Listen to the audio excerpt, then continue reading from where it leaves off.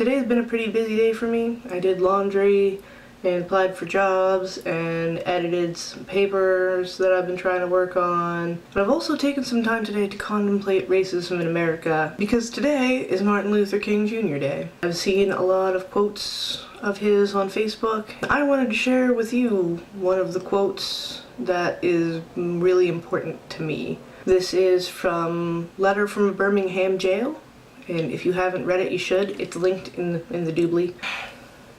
I must confess that over the past few years I have been gravely disappointed with the white moderate.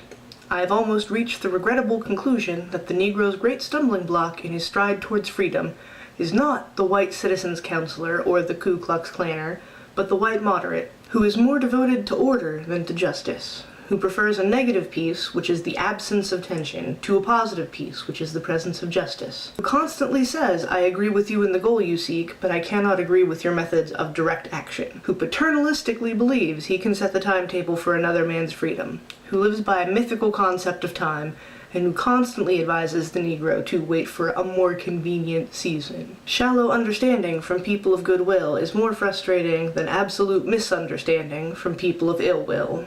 Lukewarm acceptance is much more bewildering than outright rejection. I had hoped that the white moderate would understand that law and order exist for the purpose of establishing justice, and that when they fail in this purpose, they become the dangerously structured dams that block the flow of social progress. I had hoped that the white moderate would understand that the present tension in the South is a necessary phase of the transition from an obnoxious negative peace, in which the Negro passively accepted his unjust plight, to a substantive and positive peace, in which all men will respect the dignity and worth of human personality. Actually, we who engage in the nonviolent direct action are not the creators of tension. We merely bring to the surface the hidden tension that is already alive. We bring it out in the open, where it can be seen and dealt with, like a boil that can never be cured so long as it is covered up, but must be opened with all its ugliness to the natural medicines of air and light.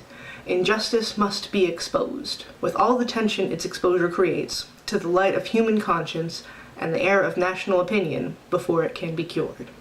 So this is important. This is important. It's not nice, but it's important. You don't have to have ill will to hinder justice. I don't have anything to add to that wisdom. I hope that you read Letter from a Birmingham Jail, and I wish you a contemplative Martin Luther King Jr. Day.